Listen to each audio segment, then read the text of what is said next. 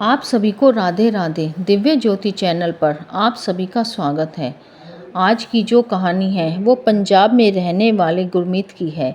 जैसे कि आप जानते हैं कि पंजाब और हरियाणा में ज़्यादातर लोग ड्राइविंग का ही काम करते हैं, तो मैं भी पेशे से एक ट्रक ड्राइवर हूँ। जब वो घटना मेरे साथ हुई थी तो उस समय देश में काफ़ी ज़्यादा भगदड़ मची हुई थी और उसकी वजह थी नोटबंदी, क्योंकि उस समय भारत सरकार 500,000 के नोटों को रद्द कर दिया था। लेकिन कहा जाए तो वो वक्त हम ट्रक ड्राइवरों के लिए भी काफ़ी दिक्कत भरा था। उस वक्त छूटे पैसे नहीं होते थे, क्योंकि अब चाय नाश्ते के लिए भी हम लोगों के पास छूटे पैसे का जुगाड़ नहीं होता था।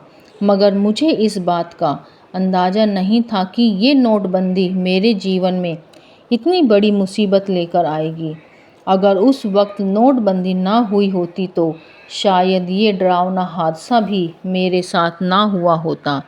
उन दिनों मैं पंजाब की धान मंडी में काम किया करता था और उस वक्त मैंने मेरा ट्रक उस धान मंडी से दिल्ली तक चावल पहुंचाने के लिए लगा रखा था। महीने के लगभग 5 चक्कर मुझे दिल्ली के लगाने होते थे और ये काम करते हुए मुझे लगभग 2 से 3 साल का समय हो चुका था। लेकिन उन 2-3 सालों के समय में कभी भी मेरे साथ कोई भी ऐसा हादसा नहीं हुआ था जिसकी वजह से मुझे डर का एहसास हो। लेकिन एक दिन की बात है, उस दिन मैं धान मंडी से अपने ट्रक को लोड करके दिल्ली के लिए रवाना हुआ ही था। उस वक्त लगभग शाम के 5 बज रहे थे। अब मुझे ट्रक चलाते हुए काफ़ी टाइम हो गया था। मोबाइल में टाइम देखा तो लगभग रात के 11 बज रहे थे। मुझे ट्रक चलाते हुए लगभग 6 घंटे हो चुके थे। इसी वजह से मेरी कमर भी थोड़ी अकड़ गई थी। तभी मैं ये सोचता हूँ कि कहीं कोई होटल या ढाबा मुझे दिखाई दे जाए तो अपने ट्रक को वहाँ पर पार्क करके थोड़ी देर आराम कर लूँगा। और अब मुझे थोड़ी थोड़ी भूख भी लग रही थी। तभी कुछ दूर चलने के बाद मुझे हाईवे के बगल में ही ढाबा दिखाई देता है। इसके बाद मैं अपने ट्रक को उस ढाबे की ओर ले जाता हूँ और उस ढाबे की पार्किंग में ट्रक को खड़ा कर देता हूँ। फिर थोड़ी देर बाद हाथ मुंह धोकर मैंने सोचा कि खाना खा लेता हूँ। अब जिस जगह पर मैंने अपना ट्रक खड़ा किया था उसके बगल में पहले से ही एक ट्रक खड़ा था और उस ट्रक के कैबिन की लाइट जल रही थी, जिसको देखकर मुझे लगा शायद इस ट्रक का ड्राइवर कैबिन के अंदर ही है। और अब यही सोचकर मैं उस ढाबे की ओर खाना खाने के लिए जा ही रहा था कि तभी मुझे उस ट्रक के कैबिन से किसी की आवाज़ आती है। जब मैंने पलट कर देखा तो उस ट्रक की कैबिन में बैठा आदमी मुझे आवाज़ लगा रहा था। जिसके बाद मैं उसके पास जाकर पूछता हूँ, क्या हुआ भाई, क्या आप मुझे ही आवाज़ लगा रहे हो?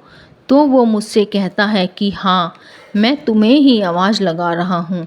तो मैं उससे पूछता हूँ कि बताओ क्या काम है? तभी वो मुझसे कहता है कि आप उस ढाबे पर खाना खाने को जा रहे हो क्या? मैं उससे कहता हूँ कि आखिर एक ढाबे पर इंसान को क्या काम हो सकता है खाना खाने के अलावा। तभी अचानक वो आदमी भी अपने ट्रक के कैबिन से नीचे उतरता है और मुझसे कहता है कि आप उस ढाबे पर खाना खाने के लिए मत जाओ। उसकी यह बात सुनकर एक बार के लिए तो मुझे समझ नहीं आया कि आखिर वह आदमी मुझे ऐसा क्यों कह रहा है। और जब मैंने इससे उसका कारण पूछा तो वह मुझसे कहता है कि मैं आज शाम को ही अपने घर से आया हूँ। मेरी घरवाली ने टिफ़िन में बहुत सारा खाना पैक करके मुझे दिया है। अब इतना खाना तो मैं अकेला खा नहीं पाऊँगा, तो आप मेरे साथ आ जाइए और मेरे टिफ़िन में ही खाना खा लीजिए। इससे आपके पैसे भी बच जाएंगे और मेरा टिफ़िन का खाना भी ख़राब नहीं होगा। अगर आप उस खाने को नहीं खाएंगे तो मुझे उस खाने को फेंकना पड़ेगा, क्योंकि कल सुबह तक वह खाना ख़राब हो जाएगा। तभी मेरे मन ही मन में सोचता हूँ कि मुझे ऐसे किसी अनजान आदमी से खाना लेकर खाना ठीक नहीं है। मैं उसे उसका खाना खाने के लिए मना कर देता हूँ और मैं उससे कहता हूँ कि नहीं, मैं ढाबे पर जाकर अपनी मनपसंद खाना ही खाऊंगा। तभी वह आदमी मुझसे कहता है, आखिर आपको खाने में ऐसा क्या पसंद है जिसकी वजह से आप मेरे टिफ़िन का खाना नहीं खा रहे। तभी मैंने थोड़ा दिमाग लगाता हूँ और उससे कहता हूँ कि मुझे खाने में शाही पनीर, गुलाब जामुन और भी कई तरह की चीज़ें पसंद है जो कि तुम्हारे पास तुम्हारे टिफ़िन में तो होगी ही नहीं, और इसीलिए आज मैं अपनी मनपसंद का खाना खाने ढाबे पर ही जा रहा हूँ। तभी उस इंसान की बातें सुनकर मैं थोड़ा चौंक जाता हूँ। अचानक मुझसे कहता है कि ये लो, ये तो कमाल की बात हो गई। आज मैं भी अपने टिफ़िन में यही खाना लेकर आया हूँ और अब तो ये आपके मनपसंद का खाना भी है। अब तो आप इसे खाइए। लो लो। तभी मैंने एक पल के लिए सोचा कि ऐसे कैसे हो सकता है। मैंने तो इससे पीछा छुड़ाने के लिए इसे ऐसी चीज़ों का नाम बताया था जो इसके टिफ़िन में खाने में नहीं हो सकती, पर ये मुझसे कह रहा है यही सब चीज़ें उसके टिफ़िन में हैं। अब वह आदमी मुझसे बार बार अपने टिफ़िन का खाना खाने के लिए विनती कर रहा था। तभी मैं सोचता हूँ कि वैसे भी मेरे पास छुट्टे पैसे तो हैं नहीं, ढाबे वाला पुराने नोट को लेगा नहीं। ऐसे में मुझे आज इसी के पास खाना खा लेना चाहिए। वैसे भी अपनी वैसे भी आपने मुझसे खाने के लिए कितना कह रहा है। तभी मैंने थोड़ा उसका मन रखने के लिए उससे कहा, ठीक है, ले आओ तुम्हारा टिफ़िन। थोड़ी बहुत जितनी मुझे भूख है उतना खा लेता हूँ। मैं उससे खाने के लिए हाँ तो कह दिया, पर मेरे मन ही मन सोच रहा था कि मैंने कुछ गलत फैसला तो नहीं लिया। तो उसके थोड़ी देर बाद मेरे दिमाग में आता है कि सिर्फ खाना ही तो है, इसमें क्या सही और क्या गलत है। ये आदमी मुझे इतने प्यार से कह रहा है तो मुझे इसकी बात मान लेनी चाहिए। मैं उस ट्रक ड्राइवर के साथ खाना खाने के लिए तैयार हो जाता हूँ। तभी वो आदमी मुझसे कहता है कि आप मेरे ट्रक के कैबिन में ही आ जाइए, हम दोनों वहीं बैठकर ही खाना खा लेंगे। मैं कहता हूँ ठीक है। इतना कहकर मैं उसके ट्रक के कैबिन में खाना खाने के लिए चढ़ जाता हूँ। जब मैं उसके कैबिन के अंदर खाना खाने के लिए चढ़ता हूँ तो उसके कैबिन के अंदर का नज़ारा देखकर एक पल के लिए चौंक जाता हूँ, क्योंकि ट्रक का कैबिन अंदर से दिखने में बहुत ही ज़्यादा खूबसूरत लग रहा था। उसने अपने ट्रक के कैबिन को अंदर से काफ़ी अच्छे से सजा रखा था। उसके ट्रक के कैबिन से एक बहुत ही अच्छी सुगंध आ रही थी। जब मैंने गौर से उस सुगंध को महसूस किया तो किसी लाजवाब खाने की सुगंध थी। जब उसने उस टिफ़िन को उठाकर मेरे सामने खोला तो उसके टिफ़िन को खोलते ही मेरे मुंह में पानी आ गया। मन ही मन सोच रहा था, इतना सुगंधित इस खाने से इतनी सुगंध आ रही है तो खाने में कितना लाजवाब होगा। आज इतना टेस्टी खाना मेरे नसीब में था, इसीलिए इस ट्रक ड्राइवर ने मुझे खाना खाने के लिए कहा। मगर मुझे क्या पता था जो लाजवाब खाना मैं खा रहा हूँ वो मेरे गले की हड्डी बन जाएगा और मुझे इतनी भयंकर मुसीबत में डाल देगा। इसका मुझे बिल्कुल भी एहसास नहीं था। जैसे ही ट्रक ड्राइवर टिफ़िन खोलता है, उस टिफ़िन में गुलाब जामुन, बर्फ़ी, पनीर की सब्ज़ी और भी कई प्रकार के स्वादिष्ट मिठाइयाँ रखी हुई थी। इसके बाद एक एक करके ट्रक ड्राइवर मुझे वो सब खाने के लिए परोसता है। उसके बाद उसका वो खाना हम दोनों खाना खाने लगते हैं और थोड़ी ही देर बाद हम लोग खाना ख़त्म कर देते हैं। लेकिन जब मैं उसका वह खाना खा रहा था तो वह ट्रक ड्राइवर मेरी तरफ तिरछी नज़रों से देखकर मन ही मन मुस्कुरा रहा था। मुझे यह सब देखकर एक पल के लिए उस पर शक होता है कि यह मुझे खाना खाते हुए देखकर इतना खुश क्यों हो रहा है। कहीं इसने इस खाने में कुछ मिलाया तो नहीं। तभी मैं उससे पूछ ही लेता हूँ, क्या हुआ भाई, तुम मुझे खाते हुए देखकर इतना खुश क्यों हो रहे हो? तभी वह मुझसे कहता है कि अरे कुछ नहीं, मुझे तो खुशी है इस बात की कि आपने मेरा खाना खा लिया। अगर आज ये खाना नहीं खाते तो बहुत बड़ी गड़बड़ हो जाती। अब उसकी यह बात सुनकर मुझे थोड़ा अजीब लगा। तभी मैं उससे कहता हूँ कि गड़बड़? कैसी गड़बड़? फिर वो हंसकर मुझसे कहता है, अरे आज अगर हम खाना नहीं खाते तो मुझे इसको फेंकना पड़ता और इतना स्वादिष्ट खाना फालतू में खराब जाता।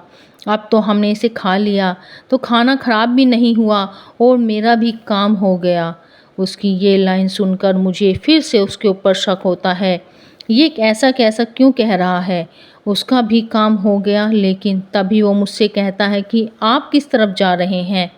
मैं उससे कहता हूँ कि मैं तो पंजाब से चावल लेकर दिल्ली की तरफ जा रहा हूँ और कल शाम तक मुझे अपना माल दिल्ली पहुँचाना है। मेरा इतना कहते ही एक बार वो फिर मुझे अजीब तरीके से देखता है। वह पूछता है कि अगर आप कल शाम तक यह चावल जहां आपको पहुंचाने हैं वहां नहीं पहुंचा पाए तो क्या होगा?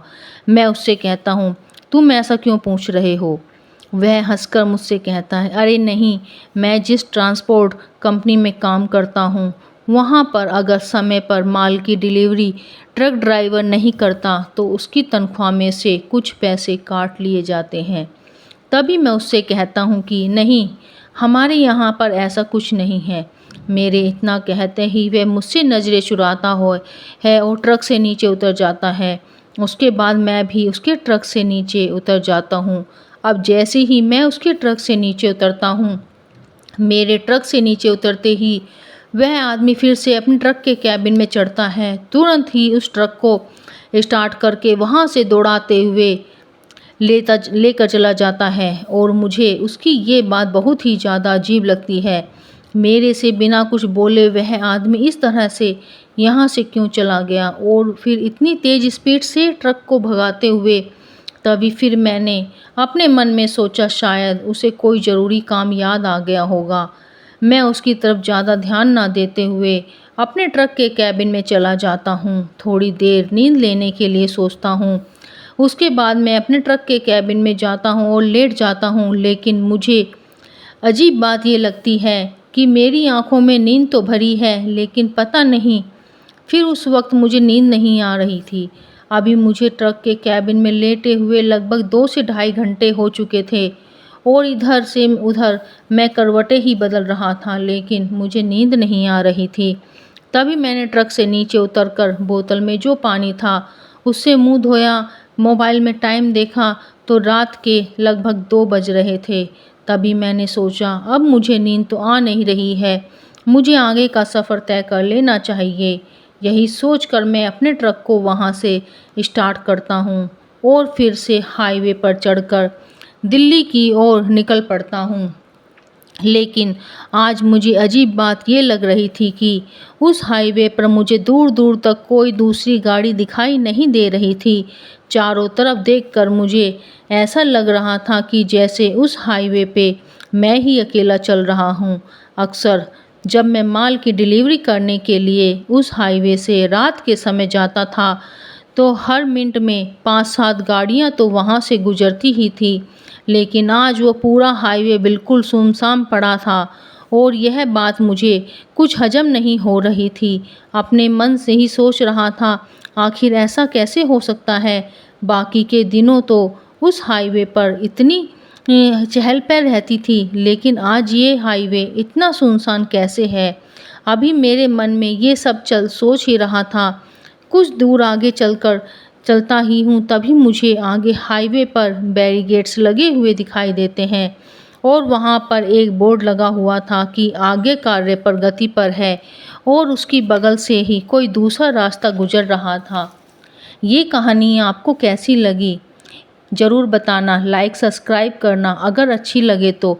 फिर मिलेंगे पार्ट 2 में, तब तक के लिए आप सभी को मेरी राम राम।